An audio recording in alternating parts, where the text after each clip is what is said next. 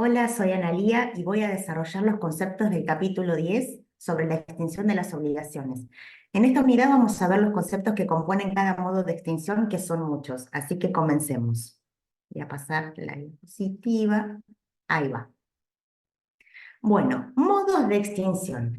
Fíjate que en el código, luego de referirse al pago, que son los artículos 865 a 920, se refiere a otros modos de extinción, que son la compensación, que abarca los artículos 921 a 930, la confusión, artículos 931 y 932, la novación, artículos 933 a 941, la dación en pago, artículos 942 y 943, la renuncia y remisión de deuda, artículos 944 a 954, y la imposibilidad de cumplimiento, artículos 955 y 956. Bien. Bueno, vamos a comenzar con los criterios de clasificación de los modos de extinción. Los modos de extinción pueden ser satisfactorios o no satisfactorios. Los satisfactorios extinguen la obligación y permiten que el acreedor obtenga su prestación. ¿A qué nos referimos con prestación? A un pago, a una compensación. Ya vamos a ver qué es una compensación. Y en los modos no satisfactorios, la obligación se extingue sin que el acreedor obtenga su prestación. Es decir, el acreedor renuncia al crédito o hay una remisión de deuda. Es decir, el acreedor renuncia al cobro de la deuda o hay imposibilidad de pago. Otros modos de extinción son los legales y los voluntarios. Los legales son aquellos que se aplican automáticamente sin necesidad de que las partes involucradas tomen alguna acción adicional. Por ejemplo, la compensación legal ocurre cuando dos personas tienen deudas entre sí y estas deudas se cancelan automáticamente debido a una ley. Y los voluntarios, se dice que son voluntarios porque requieren que las partes involucradas tomen una acción específica para que tenga efecto. Por ejemplo, la extinción de una deuda por medio de la novación o la remisión requiere que las partes acuerden y realicen un cambio en los términos de la deuda, o que el acreedor perdone parte o la totalidad de la deuda. También tenemos los generales y especiales. Los generales son los modos de extinción que se aplican a la mayoría de las obligaciones en general. Por ejemplo, el pago es un modo de extinción general, es común a la mayoría de las deudas. La innovación también es un modo de extinción general porque puede aplicarse a diferentes tipos de contratos como deuda. La innovación, que es cuando se renuevan los contratos de deuda, como una moratoria, también son un modo de extinción general. Y hay más, ¿no? Pero yo te digo algunos ejemplos. Y los especiales son los que solo se aplican en circunstancias específicas o especiales. Por ejemplo, la muerte de una persona puede extinguir ciertas obligaciones, como las relaciones con contratos personales. La incapacidad o el abandono también pueden ser circunstancias especiales que extinguen ciertas obligaciones en situaciones específicas. Luego tenemos los modos de extinción por el hecho del deudor, es decir, cuando el deudor paga la deuda; por hecho del acreedor, que se da con la renuncia o remisión del acreedor, es decir, se renuncia o perdona al deudor; por un hecho conjunto, por ejemplo, con la novación, es decir, se extingue el contrato actual y se renueva por otro; por un hecho objetivo o externo, por ejemplo, la compensación. La compensación ocurre cuando dos personas o entidades tienen deudas recíprocas entre sí y deciden extinguir esas deudas cruzándolas, de modo que solo se paga la diferencia. Otro modo de extinción también lo son los originados en un hecho jurídico o originados en un acto jurídico unilateral o bilateral. Los originados en un hecho jurídico son los producidos, por ejemplo, por vencimiento del plazo, por imposibilidad de pago, por confusión. La confusión ocurre cuando una persona adquiere simultáneamente la calidad de deudor y acreedor en la misma obligación, entonces la deuda se extingue. Y los originados en un acto jurídico, ya sea unilateral, es decir, con el pago o abandono, o bilateral, por ejemplo, con la novación, es decir, cuando las partes acuerdan el reemplazo de una obligación existente por una nueva obligación.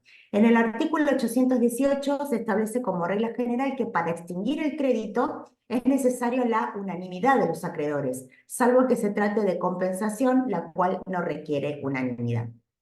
Bien, pasamos a la nueva diapositiva. Bien, seguimos con el pago. Según el artículo 865 del Código, pago es el cumplimiento de la prestación que constituye el objeto de la obligación, es decir, cumplir con lo que se debe en una obligación. El pago es la forma principal de terminar con las obligaciones. Cumplir con una obligación es lo mismo que hacer un pago. Las obligaciones existen para ser pagadas, por lo que el pago marca el momento en que se cumple y termina la obligación, disolviendo la relación entre el que debe y el que presta. Normalmente con el pago, el que presta queda satisfecho, la deuda desaparece y el que debe queda libre, según el artículo 880. La palabra pago se usa de diferentes maneras. Comúnmente se usa para referirse a entregar dinero. En un sentido más restringido, pago se limita al cumplimiento de las obligaciones de dar. En un sentido más amplio, pago se refiere a cumplir todas las obligaciones, ya sea de dar, hacer o no hacer. Y ahora vamos a ver los elementos del pago. Los elementos del pago son los sujetos, el objeto, o sea, lo que se paga, ya sea por una obligación de dar, hacer o no hacer, la causa fuente. La causa del pago es la existencia de una deuda previa. Si el pago se hace sin causa, es un pago indebido y se debe devolver lo pagado, según el artículo 1796 a 1798. Causa fin. Y la finalidad del pago es terminar la deuda. Por eso, si se paga por error, se debe devolver el dinero según el artículo 1796. Ahora pasamos a los medios para obtener el pago. El acreedor debe recibir el pago de manera legal. Si el pago se obtiene de manera ilegal, por ejemplo, con engaño, con violencia, etc., se puede pedir la devolución del dinero y en algunos casos se puede pedir una compensación por daños y perjuicios, según el artículo 1796. Los requisitos generales de validez son que el que paga y el que recibe el pago sean capaces, artículos 875, que el que paga sea titular del derecho o cosa que está pagando, artículo 878. Que el que paga no sea hecho para realizar un fraude o perjudicar a otros acreedores, artículo 876.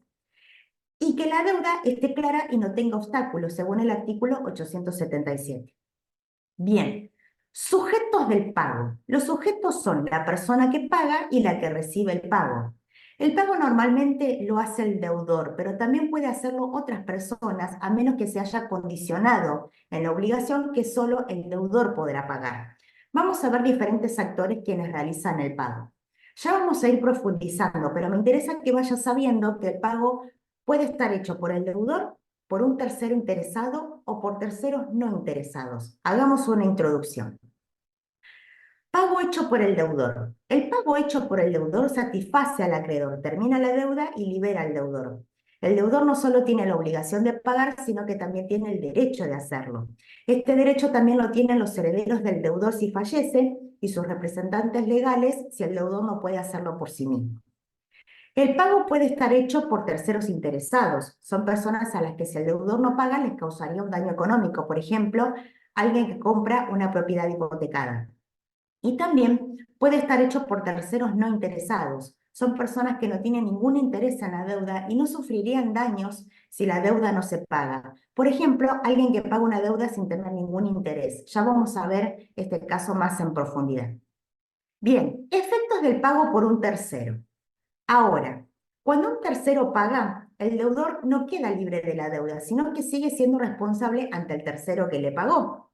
El tercero puede reclamarle al deudor el valor de lo que pagó por él y también puede repetir los gastos que hizo si pagó sin saber que el deudor ya había pagado. Recordemos que repetir es reclamar un pago injusto.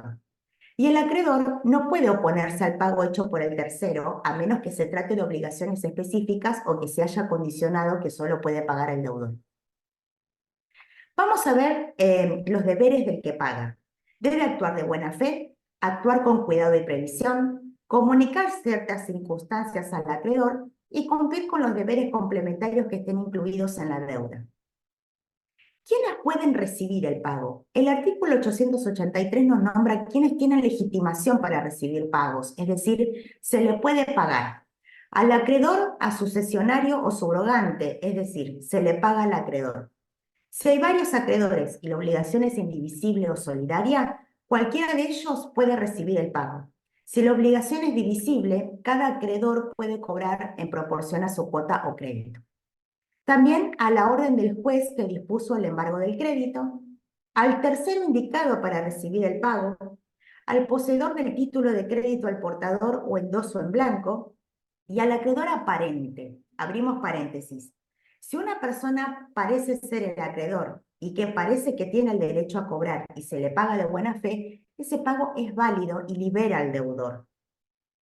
Los pagos realizados a terceros autorizados libera al deudor, pero el pago a terceros no autorizados no libera al deudor. El deudor deberá pagar de nuevo, pero el pago puede ser válido si el acreedor ratifica, es decir, aprueba el pago al tercero no autorizado.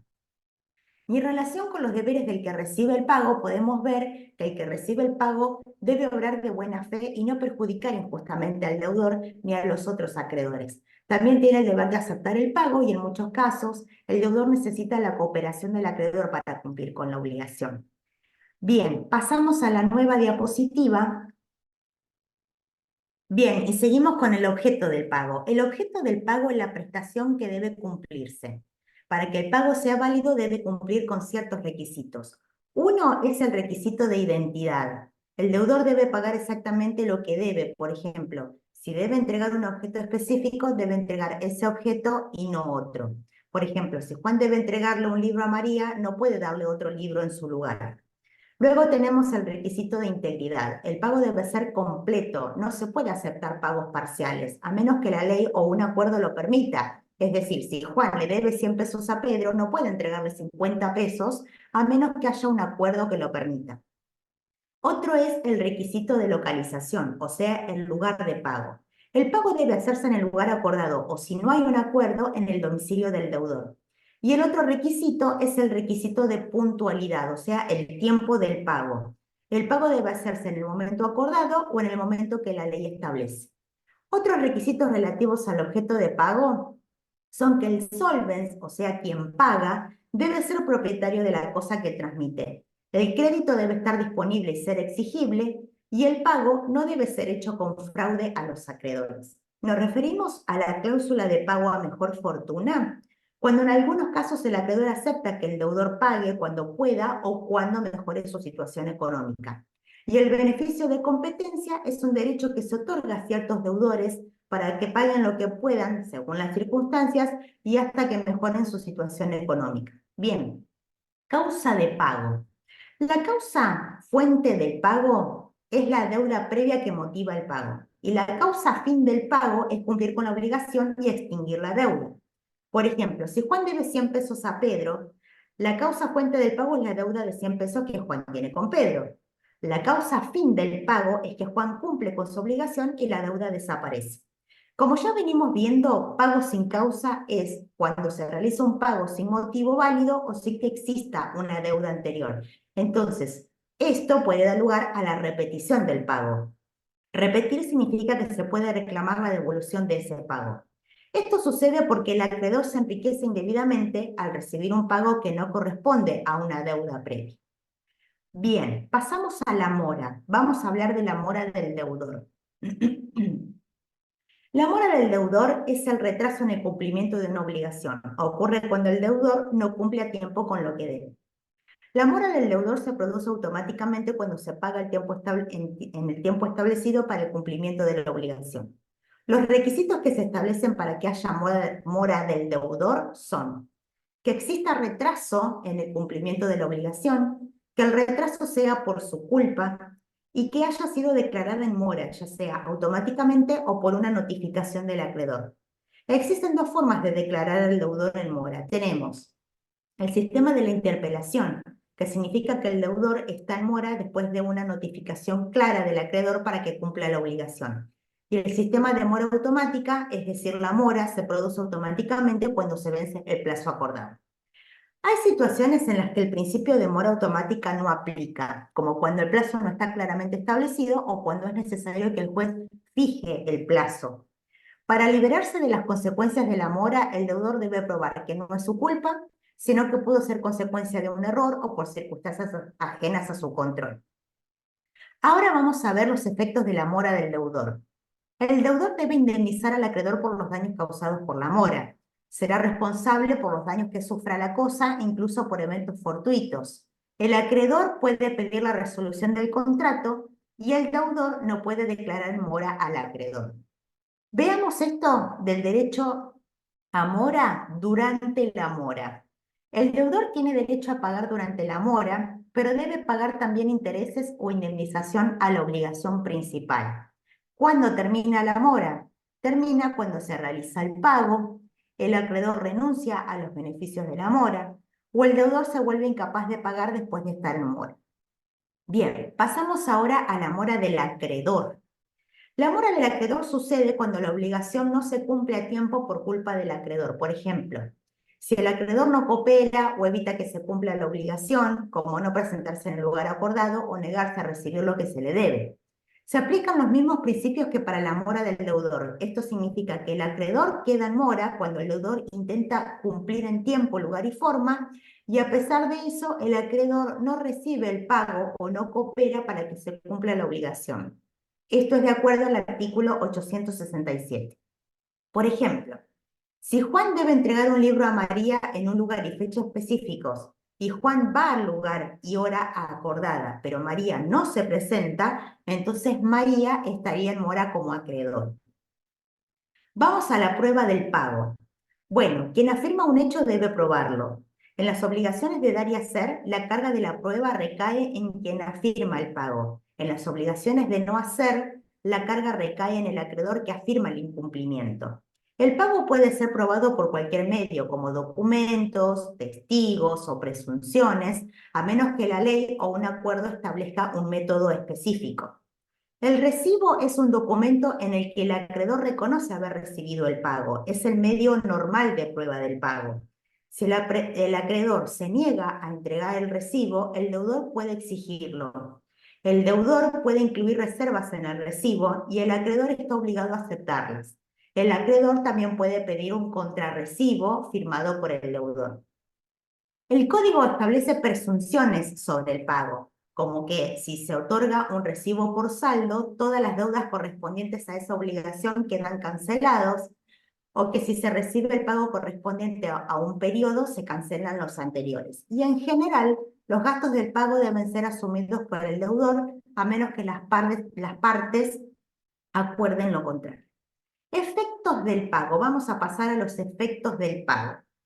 El pago produce efectos importantes que se clasifican de la siguiente manera. Por un lado, los efectos principales o necesarios, que producen la extinción del crédito, es decir, la deuda desaparece porque con el pago el acreedor recibe lo que le corresponde, y producen la liberación del deudor. Y también hay efectos accesorios que son el reconocimiento, la confirmación, la consolidación y la interpretación. Vamos a ver cómo impacta el pago en todas ellas. En el reconocimiento, el pago significa reconocer que la obligación existía y era válida. En la confirmación, si la obligación tenía algún problema legal, el pago implica confirmar la validez del contrato siempre que el problema legal haya desaparecido. En la consolidación, en contratos donde las partes pueden arrepentirse, el pago implica que ya no puede retractarse. Y en la interpretación, el pago puede servir para interpretar el significado de las obligaciones contraídas. Y los efectos incidentales son el reembolso, la repetición y la oposición. En el reembolso, si alguien paga en nombre de otra persona, tiene derecho a que esa persona le devuelva el dinero. En la repetición, si se paga indebidamente o sin motivo, la persona que pagó tiene derecho a recuperar lo pagado. Y en la oposición significa que el pago no es válido si se hace para perjudicar a los acreedores. ¿Sí? Muy bien, ahora vamos a la imputación del pago. La imputación del pago consiste en decidir a qué deuda se destinará un pago cuando un deudor debe varias obligaciones a un mismo acreedor y el pago no es suficiente para cubrirlas todas. Vamos a ver los requisitos de la imputación de pago. Debe existir varias deudas entre el deudor y el acreedor. Todas las deudas deben ser de la misma naturaleza. Y el pago debe ser insuficiente para cubrir todas las obligaciones. ¿Quién debe realizar la imputación del pago? ¿El deudor, el acreedor o por la ley si ninguno de los anteriores lo hizo antes?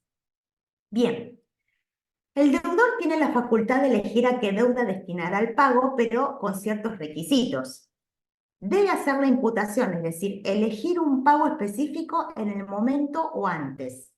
Debe elegir una deuda que sea clara y exigible. Y si la deuda tiene capital e intereses, primero se pagan los intereses, salvo que el acreedor acepte lo contrario. Ahora, si el deudor no elige, la imputación corresponde al acreedor. Debe hacerse sobre una deuda clara y exigible y debe constar en el recibo que extiende al acreedor. Y si ninguno de los dos realizó la imputación, la ley establece que se pagará primero las obligaciones más difíciles para el deudor, como las que tienen intereses o penalidades por incumplimiento, y si las deudas tienen las mismas dificultades, se pagarán todas en proporción. ¿Sí? Bueno, ahora pasamos a la nueva diapositiva. Bien, seguimos con el pago por subrogación. El pago por subrogación ocurre cuando un tercero, que no es el deudor original, paga la deuda y adquiere los derechos del acreedor. En otras palabras, el tercero reemplaza al acreedor original y obtiene todos los derechos, acciones y garantías que el acreedor tenía contra el deudor. Según el artículo 914, la subrogación puede ser legal, es decir, impuesta por la ley, o convencional, o sea, derivada de un acuerdo, ya sea con el acreedor o con el deudor. La subrogación es cuando una tercera persona reemplaza al acreedor. Puede ocurrir de dos maneras. Dijimos, legal o convencional. Vemos los casos de subrogación legal. Cuando alguien paga una deuda compartida con otros, como en una obligación solidaria. Cuando un tercero con conocimiento del deudor paga la deuda. Cuando un tercero paga con oposición del deudor, es decir, cuando el deudor se opone al pago realizado por esa tercera persona.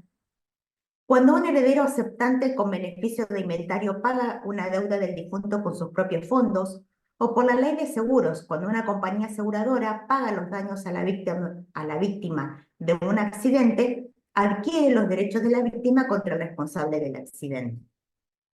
Y los casos de subrogación convencional son, por acuerdo con el acreedor puede transferir sus derechos al tercero que paga, o por acuerdo con el deudor. Cuando el deudor paga la deuda con dinero prestado, entonces subroga, reemplaza, ocupa el lugar del prestamista en los derechos del acreedor original.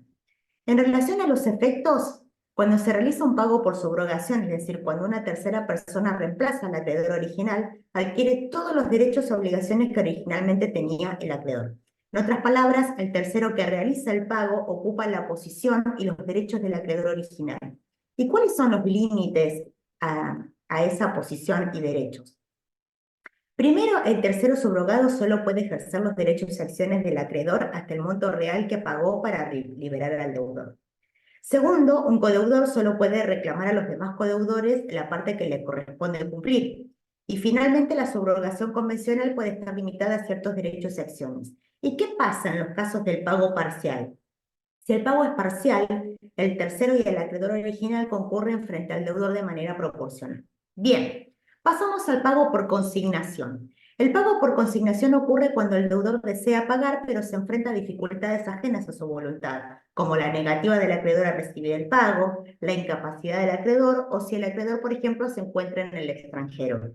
En estos casos, el deudor puede liberarse de la obligación realizando un depósito o entrega de lo que debe a través de la intervención de un órgano judicial, conocida como consignación judicial, o de un notario con registro, conocida como consignación extrajudicial o privada. Por ejemplo, imagina que Juan quiere pagar una deuda a Pedro, pero Pedro se niega a recibir el pago. En este caso, Juan puede recurrir al pago por consignación, realizando un depósito del dinero en un órgano judicial o a través de un notario con registro para liberarse de la obligación de pagar a Pedro. ¿Sí? Pasamos a ver más detenidamente la consignación judicial. Como venimos diciendo, el pago por consignación ocurre cuando el deudor quiere pagar, pero no puede porque el acreedor se niega a recibir el pago, o por la incertidumbre de saber a dónde está el acreedor, o por la incapacidad del acreedor. Vamos a ver los requisitos y efectos. Cuando se realiza un pago a través de la modalidad de consignación, esto conlleva a la extinción de la deuda, es decir, la deuda se considera saldada. Si el acreedor no impugna la consignación, es decir, si el acreedor no presenta objeciones, la deuda se extingue desde el día en que se notifica la demanda. En el caso de la consignación inicial, que la consignación inicial sea defectuosa y se corrija posteriormente, la deuda se considera extinguida desde la fecha en que se notifica la sentencia que aprueba la corrección. En resumen, la consignación como método de pago lleva a la extinción de la deuda siempre y cuando se cumplan los procedimientos y correcciones necesarias. ¿Cuáles son las reglas y modos de efectuar la consignación? Si consiste en una suma de dinero, se requiere un depósito a la orden del juez en el banco que disponga las normas procesales. Si se debe una cosa indeterminada a elección del acreedor, pero no realiza la elección a tiempo, el juez autoriza al deudor a realizarla. Si se trata de dar una cosa clara, una cosa cierta, el deudor deberá notificar judicialmente al acreedor para que la reciba. Si el acreedor no la recibe, la cosa debida puede ser depositada en otra parte con autorización judicial. Si las cosas debidas no deben ser conservadas o su custodia origina gastos excesivos, el juez puede autorizar la venta en subasta y ordenar el depósito del precio que se obtenga por la venta. ¿Sí? Ahora pasamos a ver la consignación extrajudicial. ¿Cuál es la procedencia, trámite y requisitos? Si se trata de una suma de dinero, el deudor puede optar la consignación extrajudicial.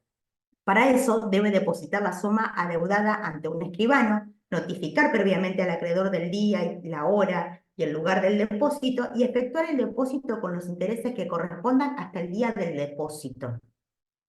Una vez notificado del depósito, el acreedor tiene derecho a aceptar el procedimiento y retirar el depósito, o a rechazar el procedimiento y retirar el depósito. Escucha bien. ¿Por qué podría rechazar el procedimiento? Bueno, porque puede decir, no fue el acuerdo que hicimos. Este dinero no es suficiente.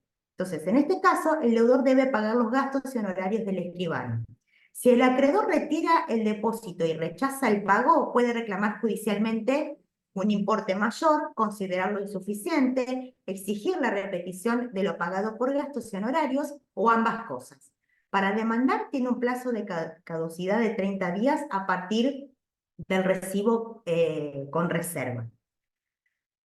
Otra opción puede ser rechazar ambas cosas, tanto el procedimiento y el depósito, y otra puede ser no expedirse. Y en este caso el deudor puede disponer de la suma depositada para consignarla judicialmente. Pero hay unos impedimentos para poder usar este recurso. Según el artículo 913, si antes del depósito el acreedor elige resolver el contrato y elige presentar una demanda para exigir el cumplimiento de la obligación, entonces este procedimiento no puede ser utilizado. Bien, pasamos ahora a la dación de pago, que son los artículos 942 y 943. La dación de pago ocurre cuando el acreedor acepta voluntariamente el pago de la deuda, una prestación diferente a la originalmente adeudada. O sea, que la obligación se extingue cuando el acreedor acepta en pago una prestación diferente de la adeudada. La dación en pago tiene los mismos efectos que un pago regular. Extingue la obligación con todos sus accesorios y libera al deudor. Para saber qué normas hay que aplicar en caso de dación de pago, se deben aplicar las disposiciones del contrato que tengan mayor afinidad con la situación específica. Un ejemplo de dación en pago sería si una persona debe dinero a un acreedor y en lugar de pagar con efectivo, el acreedor acepta la entrega de un bien mueble como un auto, como forma de saldar la deuda. En este caso, la obligación se consideraría extinguida una vez que el acreedor acepta el auto como pago y el deudor entonces quedaría liberado de la deuda. Bien. Pasamos ahora al beneficio de competencia. El beneficio de competencia es un derecho que se otorga a ciertos deudores para protegerlos de tener que pagar más de lo que pueden, permitiéndoles resolver lo necesario para vivir modestamente y si su situación financiera mejora, se le pide que repongan una cantidad deudada. Este beneficio se basa en razones humanitarias y tiene como objetivo proteger al deudor y garantizar su subsistencia. ¿Quiénes pueden solicitar el beneficio? El beneficio es otorgado por ley debido al estrecho vínculo entre acreedor y deudor. El acreedor no puede negarse a concederlo y el deudor adquiere el derecho de pagar parcial o gradualmente, reservándose lo necesario para subsistir modestamente. Pero si el acreedor también está en situación de necesidad, entonces este beneficio no procede. El beneficio se concede a descendientes o ascendientes, cónyuges y hermanos, todos ellos siempre que no hayan cometido ofensas graves contra el acreedor. Consorcios en el mismo caso, solo pero solo en las acciones recíprocas que surjan del contrato de sociedad, y donantes, pero solo en relación con la donación prometida.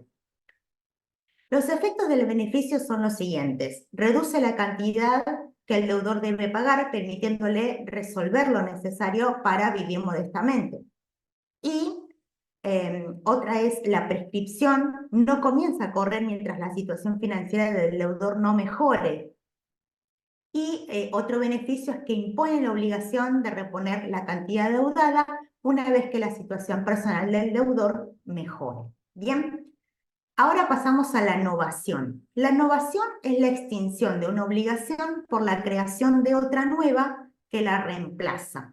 En resumen, se cancela una deuda y se crea una nueva para sustituirla. Los elementos de la novación son: debe existir una obligación anterior válida como causa de la novación. No habrá novación si la obligación anterior ya está extinguida o es nula, a menos que sea confirmada.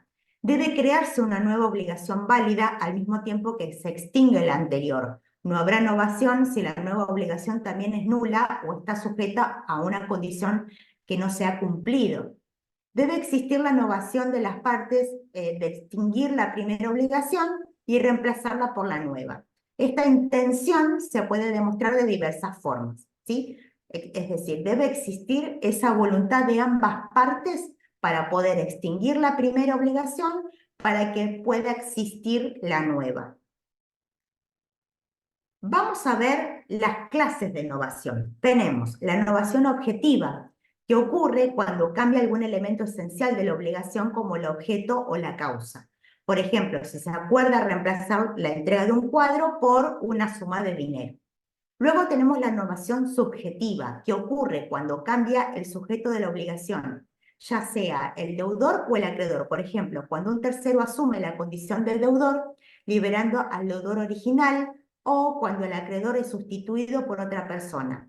Es importante destacar que el consentimiento de las partes involucradas es fundamental para que la novación sea válida. Y tenemos la novación legal, que sucede cuando la ley dispone cambios en la obligación sin necesidad del acuerdo de las partes. Por ejemplo, la ley puede cambiar la obligación de dar o hacer por una obligación de pagar daños y perjuicios, o transformar una obligación en algo incierto, en una obligación de algo específico después de la elección. Esto sucede automáticamente por ley. ¿Cuáles son los efectos de la novación? La novación extingue la obligación original y todos sus elementos accesorios. Sin embargo, a pesar de la novación que cancela la obligación original, el acreedor puede prevenir la cancelación de las garantías personales o reales asociadas con el crédito original si hace una reserva expresa al respecto. En este caso, las garantías se aplicarán a la nueva obligación únicamente si la persona que las creó estuvo de acuerdo con el proceso de la novación. Fíjense la importancia que siempre se recalca, que es el acuerdo. Por ejemplo, imaginar que prestaste dinero a un amigo y él te dio su televisor como garantía. Más tarde deciden cambiar el acuerdo original y acuerdan que en lugar de devolverte el televisor, tu amigo te pagará el dinero en efectivo. Sin embargo, para protegerse, tu amigo hace una reserva expresa para mantener el televisor como garantía en caso de que algo salga mal con el nuevo acuerdo. En este caso, las garantías del televisor se aplicarán a la nueva obligación solo si tu amigo estuvo de acuerdo con el cambio en el acuerdo original. ¿Sí? Bueno, muy bien. Ahora pasamos a la nueva diapositiva. Bien, y ahora seguimos con la compensación. La compensación ocurre cuando dos personas que tienen deudas la una con la otra pueden cancelar mutuamente sus deudas hasta el monto de la deuda más pequeña. Por ejemplo, si Ana le debe 1.000 pesos a Bruno y Bruno también le debe 1.000 pesos a Ana, pueden compensar esas deudas evitando así un traslado inútil de dinero. Si las deudas son cantidades diferentes, se compensan hasta el monto de la deuda más pequeña. Y el excedente se paga. Por ejemplo, si una deuda es de 1.500 pesos y la otra es de 1.000 pesos, se compensan hasta 1.000 pesos y el resto se paga. Las especies de compensación son la legal, la convencional, la facultativa y la judicial. La legal se da cuando la ley establece la compensación. La convencional cuando las partes acuerdan compensar sus deudas. Las facultativas, cuando una de las partes tiene la facultad de decidir si compensa o no, y la judicial, cuando la compensación es ordenada por un tribunal. Bien, pasamos a la compensación legal. Como recién vimos, la compensación legal es aquella que se produce automáticamente por disposición de la ley. Para que se dé la compensación legal, deben cumplirse los siguientes requisitos. Ambas partes deben ser deudoras de prestaciones de dar, es decir, deben ser acreedor y deudor recíprocamente de prestaciones de dar. Por ejemplo, si una persona le debe dinero a otra y esa otra le debe dinero a la primera, se puede dar la compensación. Los objetos comprendidos en las prestaciones deben ser homogéneos entre sí, es decir, deben tener una relación de semejanza. Por ejemplo, ambas partes deben dinero, ambas partes deben trigo, ambas partes deben maíz, etc. Los créditos deben ser exigibles y disponibles libremente, es decir, no deben estar sujetos a condiciones o plazos y deben estar libres de ser cobrados sin afectar los derechos de terceros. No se requiere que estén de acuerdo todos los acreedores. En el caso de que un deudor tenga varias deudas compensables con el mismo acreedor, se aplican las reglas de la imputación de pago, lo que significa que el deudor debe especificar con cuál deuda desea compensar en primer lugar. Ahora pasamos, perdón, al tema de la compensación facultativa convencional y judicial. La compensación puede ser de tres tipos: convencional, facultativa y judicial. La compensación convencional surge de un acuerdo entre las partes, requiere que ambas partes estén de acuerdo y puedan disponer de sus créditos, y las partes pueden convenir tanto la compensación como también excluir la compensación. La compensación facultativa ocurre cuando solo una de las partes puede oponerla, pero la otra no. Por ejemplo, si una persona debe entregar un caballo de carrera y la otra un caballo común, solo la segunda parte puede plantear la compensación debido a la gran diferencia de valor entre los animales. También puede ocurrir en situaciones como una persona siendo acreedora de una obligación válida y deudora de una obligación viciada de nulidad relativa. Por ejemplo, imagina que Juan le debe dinero a Pedro, pero le debe dinero a Pedro por un préstamo, pero al mismo tiempo Pedro le debe a Juan por un contrato nulo debido a un vicio legal. En este caso, Juan es acreedor de una obligación válida, que sería el préstamo, y Pedro es deudor de una obligación viciada por nulidad relativa, o sea, el contrato. La compensación judicial es declarada por un juez al dictar sentencia, convirtiendo las obligaciones en líquidas y exigibles. Puede ser requerida por cualquiera de las partes y el juez decreta la compensación hasta el límite de la deuda más pequeña. Los efectos de la compensación son: la compensación cancela ambas deudas hasta el monto de la deuda más pequeña. Una vez que se opone, la compensación legal tiene efecto desde el momento que ambas obligaciones comenzaron a existir y pueden ser compensadas incluso si el crédito no es claro o está siendo cuestionado. Pero hay ciertas obligaciones que no pueden ser compensadas, como las deudas por alimentos, las obligaciones de hacer o no hacer, la obligación de pagar daños e intereses por no poder devolver una cosa de la que el propietario fue despojado, entre otros ejemplos. Bien, pasamos a la confusión. La confusión ocurre cuando las posiciones de acreedor y deudor se unen en una misma persona y en un mismo patrimonio, lo que resulta en la extinción total o parcial de la obligación, dependiendo de la parte de la deuda involucrada en la confusión. Veamos las especies de confusión. Puede darse por transmisión a título universal, que ocurre cuando el deudor hereda al acreedor o viceversa. Por ejemplo, si Juan debe 5.000 pesos a su tío y al morir el tío lo hereda, o también puede ocurrir cuando un tercero hereda tanto al deudor como al acreedor. Y también puede darse por transmisión particular. Por ejemplo, si alguien tiene una deuda con una empresa y adquiere el fondo de comercio. Efecto de la confusión. La confusión extingue la deuda total o parcial dependiendo de la parte de la deuda involucrada en la confusión. Al extinguirse la deuda, también se extinguen todos los accesorios de la obligación. Bien, extinción y reviviscencia. ¿Qué significa esto? Bueno, la extinción causada por la confusión no es definitiva porque puede desaparecer con un acontecimiento posterior que produce la separación de las posiciones de acreedor y deudor en la misma persona. Los casos especiales que tenemos son la transmisión mortis causa. Si hay una pluralidad de herederos, la confusión solo se aplica en proporción a su porción hereditaria.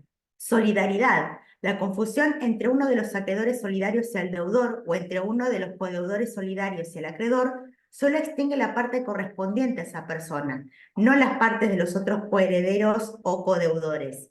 En los casos de fianza, la confusión de la posición de acreedor y deudor extingue la fianza, pero la confusión de la posición de acreedor y fiador no extingue la obligación principal. Bien, pasamos a la renuncia, que son los artículos 944 a 949.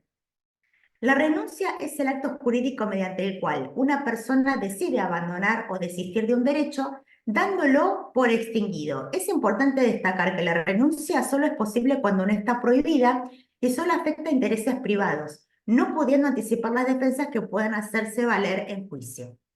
Las especies de renuncia son gratuita, que se realiza sin obtener precio o ventajas, u onerosa, que se realiza a cambio de un precio o ventaja. ¿Cuáles son los elementos y objetos? La persona que renuncia debe ser capaz y el derecho que se renuncia debe ser renunciable, es decir, que no esté prohibido y solo afecte intereses privados. Pero no se pueden renunciar los derechos concedidos del orden público, como alimentos futuros, el derecho a herencia futura, entre otras. ¿Cuáles son las formas y la prueba? La renuncia no está sujeta a ninguna forma especial, puede ser verbal o escrita. La voluntad de renunciar no se presume, pero puede ser probada por cualquier medio que indique claramente la voluntad de renunciar. ¿Cuáles son los efectos y retractación? La aceptación de la renuncia por el beneficio extingue el derecho de todos sus accesorios. La renuncia puede ser revocada, es decir, la persona puede arrepentirse de renunciar o intentar retractarse, siempre y cuando no haya sido aceptada. Sin embargo, esta revocación no puede perjudicar a terceros que hayan adquirido derechos como resultado de la renuncia. Bien, pasamos ahora a la remisión de deuda, que son el artículo 950 y 954. La remisión de deuda es una renuncia a cobrar una deuda, es decir, el acreedor decide abandonar el derecho a cobrar lo que se le debe. A diferencia de la renuncia, que se aplica a toda clase de derechos, la remisión es más específica y se refiere a la extinción de obligaciones. Características. En general, está sujeta al mismo régimen legal que la renuncia. No está sujeta a formalidades, puede ser expresa o tácita. Se presume que hay remisión de deuda cuando el acreedor entrega voluntariamente al deudor el documento original en el que consta la deuda. Si el documento está en poder del deudor, se presume que el acreedor se lo entregó voluntariamente, salvo que pueda probar lo contrario. En caso de entrega de la copia, si el documento es un instrumento protocolizado y su copia está en poder del deudor sin anotación del pago o remisión, el deudor debe probar que el acreedor le entregó la copia como remisión de la deuda. Y los efectos son: la remisión extingue la obligación con todos sus accesorios. La restitución al deudor de la cosa dada en prenda causa solo la remisión de la prenda, pero no de la deuda. La remisión hecha al deudor principal libera a los fiadores, pero la remisión al fiador no libera al deudor. Bien, pasamos ahora a la imposibilidad de cumplimiento. La imposibilidad de cumplimiento sucede cuando la prestación que forma el objeto de la obligación se vuelve física o legalmente imposible de cumplir. En estos casos, la obligación se extingue sin responsabilidad para el deudor si no se debe a su culpa o alguna otra causa que se le pueda imputar. Pero si la imposibilidad de cumplir se debe a causas imputables al deudor, la obligación cambia y se convierte en la de pagar una indemnización por los daños causados. En la imposibilidad temporaria se extingue la obligación cuando el plazo es esencial y cuando su duración frustra el interés del acreedor de manera irreversible. La transmisión de la obligación en el pago de daños se da si la imposibilidad sobreviene debido a causas imputables al deudor. La obligación cambia y se convierte en la de pagar una indemnización por los daños causados. Si hay responsabilidad aún por caso fortuito o por imposibilidad de cumplimiento, el deudor es responsable en ciertos casos, como cuando asume el cumplimiento a pesar de un caso fortuito o imposibilidad, si está en mora, si el caso fortuito o imposibilidad sobreviene por su culpa, entre otros ejemplos. Para la prueba, le corresponde al deudor probar el hecho que impide el cumplimiento de la obligación. Bien, pasamos a la transacción. La transacción es un acuerdo entre dos partes en el que hacen concesiones o acuerdos mutuos para resolver obligaciones litigiosas o dudosas. Es importante en los negocios como una forma de resolver diferencias de manera rápida. Aunque comúnmente se incluye como un modo de extinguir obligaciones, la transacción puede aplicarse a varios tipos de derechos, como reales, hereditarios, intelectuales y familiares. Las características de la transacción son la indivisibilidad. La cláusula es esencial y la invalidez de la cláusula invalida todo el acuerdo. La interpretación estricta debe interpretarse estrictamente, regulando solo las diferencias sobre las cuales las partes han tenido la intención de llegar a un acuerdo. Es declarativa de derechos, no transmite ni crea derechos, solo permite el reconocimiento o declaración de su existencia y legitimidad. Es extintiva de obligaciones, puede ser judicial durante un juicio o extrajudicial para obligaciones dudosas. Los requisitos son comunes a todo acto de negocio jurídico bilateral, como el acuerdo de la capacidad de partes, objeto, causa, forma y eventualmente su prueba.